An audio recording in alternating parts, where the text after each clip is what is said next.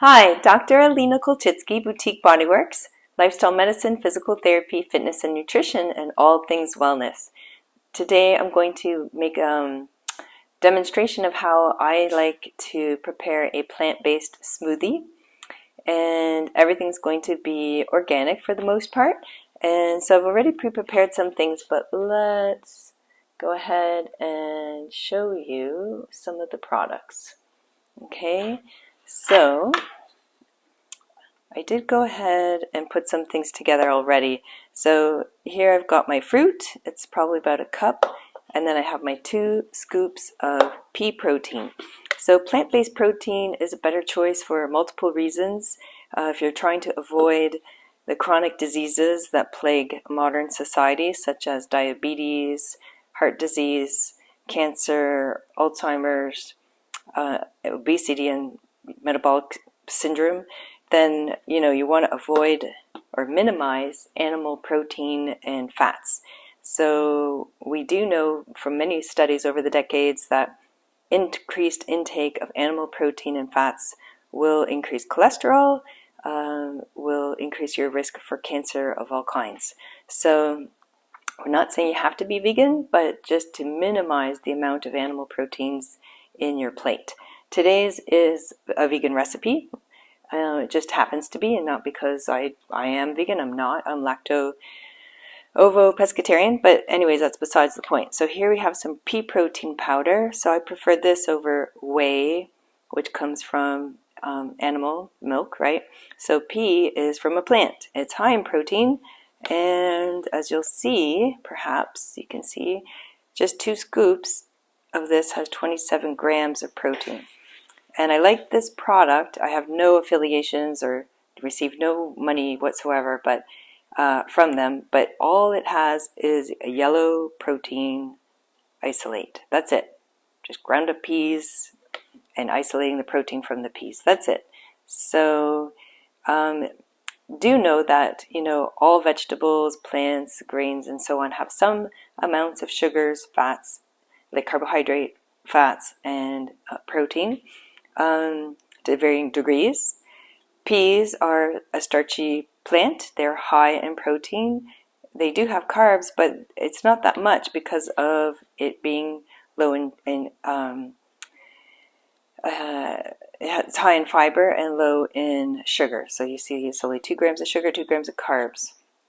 Okay, so with pea protein, the fiber is excellent because it's not only good for feeding the good bacteria of our gut, but also for absorbing things through our digestive tract as our food goes through us, which is part of helping to reduce the sludge in your intestinal tract, and for elimination of all the things that we need to eliminate through our bowel. And fiber is good for satiety. It makes you feel full, so you eat less. Now, we're going to use liquid of choice almond milk. I like this one. Again, I have no affiliation or funding or anything from talking about their product. But basically, it's a very simple product. So remember, I like things that are minimally processed. Why? Because we know the more processed things are, the more additives they are in it, and the less good things that were naturally in the plants are destroyed. So this simply has just filtered water, organic almonds, and some Himalayan pink salt. So for 8 fluid ounces, which is about a cup, we're going to get 2 grams of protein, 3 grams of carbohydrate, 6 grams of fat, but none of it is saturated fat. Okay, so that's it. It's just water and almonds and salt. So fruit, I've put in 2 whole organic strawberries, fresh. I put in a 1/4 cup of organic blueberries, frozen. These are just blueberries. There's nothing else in there.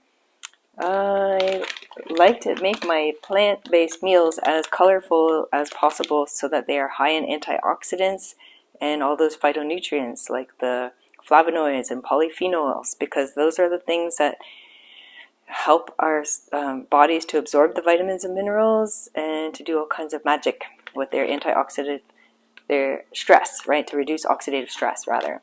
So here we have some cranberries, whole cranberries. They're tart, of course, but we have some sweetness from the blueberries.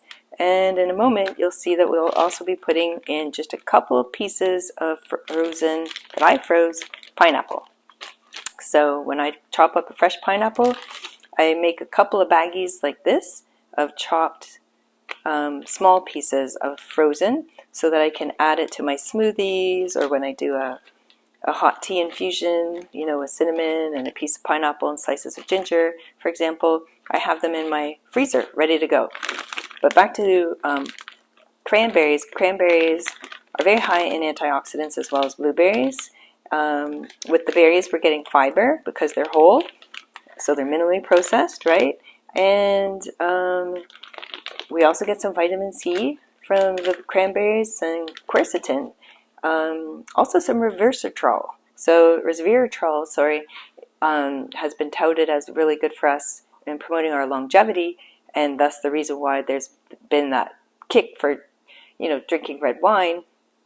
But red wine, you know, that's alcohol, so you get the negative impact of alcohol. And why do that? You don't have to. Just eat the fruit, eat the berries, eat the red grapes, eat those skins, because that's where you're going to get the skins that are red, or dark blue and purple, are what's going to give you that resveratrol. Okay, so I put in not very much, like what would fit about in the palm of my hand of this, and then my 2 pieces of pineapple. It's fresh. Pineapple's got bromelain. Bromelain is a enzyme, and it helps to break down protein and to break down fat. It actually is used in the food industry for those reasons. It can help with lipolysis, or breaking down of fat in your body. It's high in fiber. It is high in sugar, so that's why I'm only putting natural sugar, so that's why I'm putting only 2 pieces. Also, bromelain helps reduce bruising. It helps the body to clean up bruising. Then I have some Ceylon cinnamon. It's organic, and you put in a teaspoon of this. Ceylon cinnamon is the type of cinnamon you want to consume so that it has its anti-inflammatory effects. A teaspoon a day can have an impact. So I always put a teaspoon of Ceylon cinnamon in my smoothies or in my breakfast if I'm having something else. Okay, so that's what I've got in here, minus the almond milk. So I'm going to add the almond milk now. Just about a cup. And because I need to stay under that max line, and I do want to put just a couple of ice cubes, I'm not going to go too high.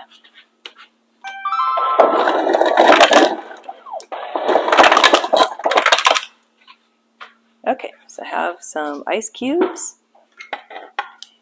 Top that, close it well, and then blend.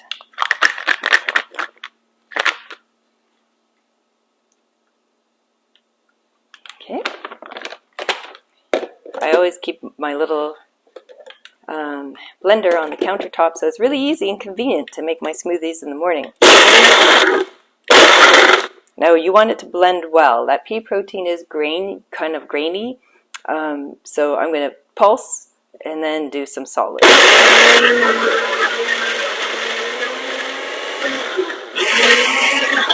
There is a reason for the order that I put things in, so that the protein doesn't get stuck all at the top there, the powder.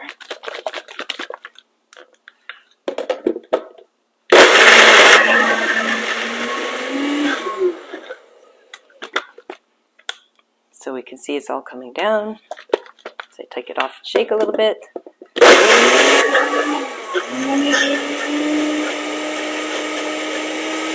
See here, that's kind of not fully blended.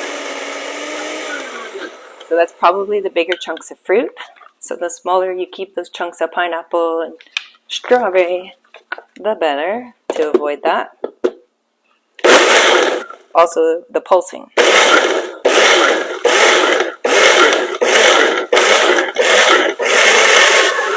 There we go. now we got a nice blend going. You can see everything is moving.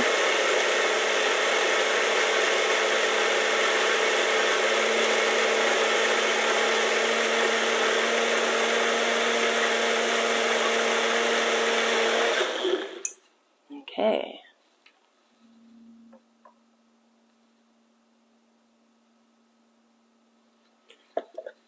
So, a couple taps.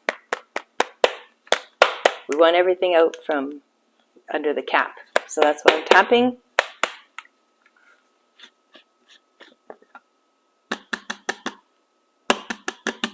Got most of it. And voila, we have our smoothie. So that's breakfast. Now I'd much rather have a smoothie than juice. I know juicing is so popular, people think this is the best way to get all their nutrients, but you've taken out all the good stuff, the fiber.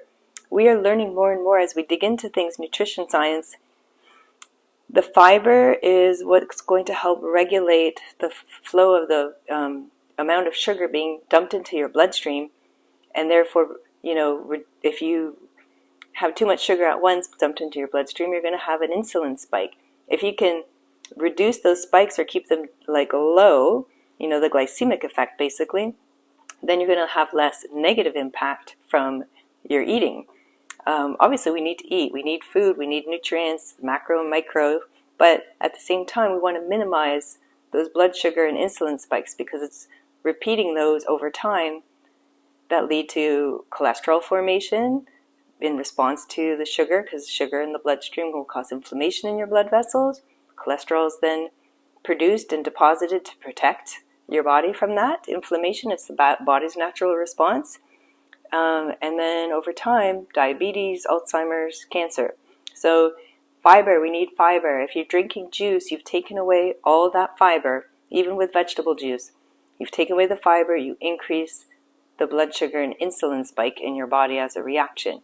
The fiber also is good for you for all the things I said, so why eliminate it? Just make a smoothie.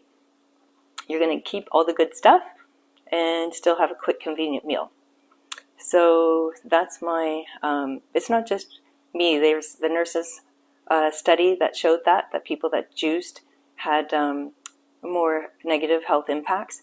And again, there's other research, and altogether we are seeing that you need to keep that fiber and not eliminate it. Juicing is not good for you. So I'm sorry, but even vegetable juicing, you can still get your vitamins and minerals. Eat the whole plant, eat whole foods. Okay, enjoy, and bye until next time. Thank you.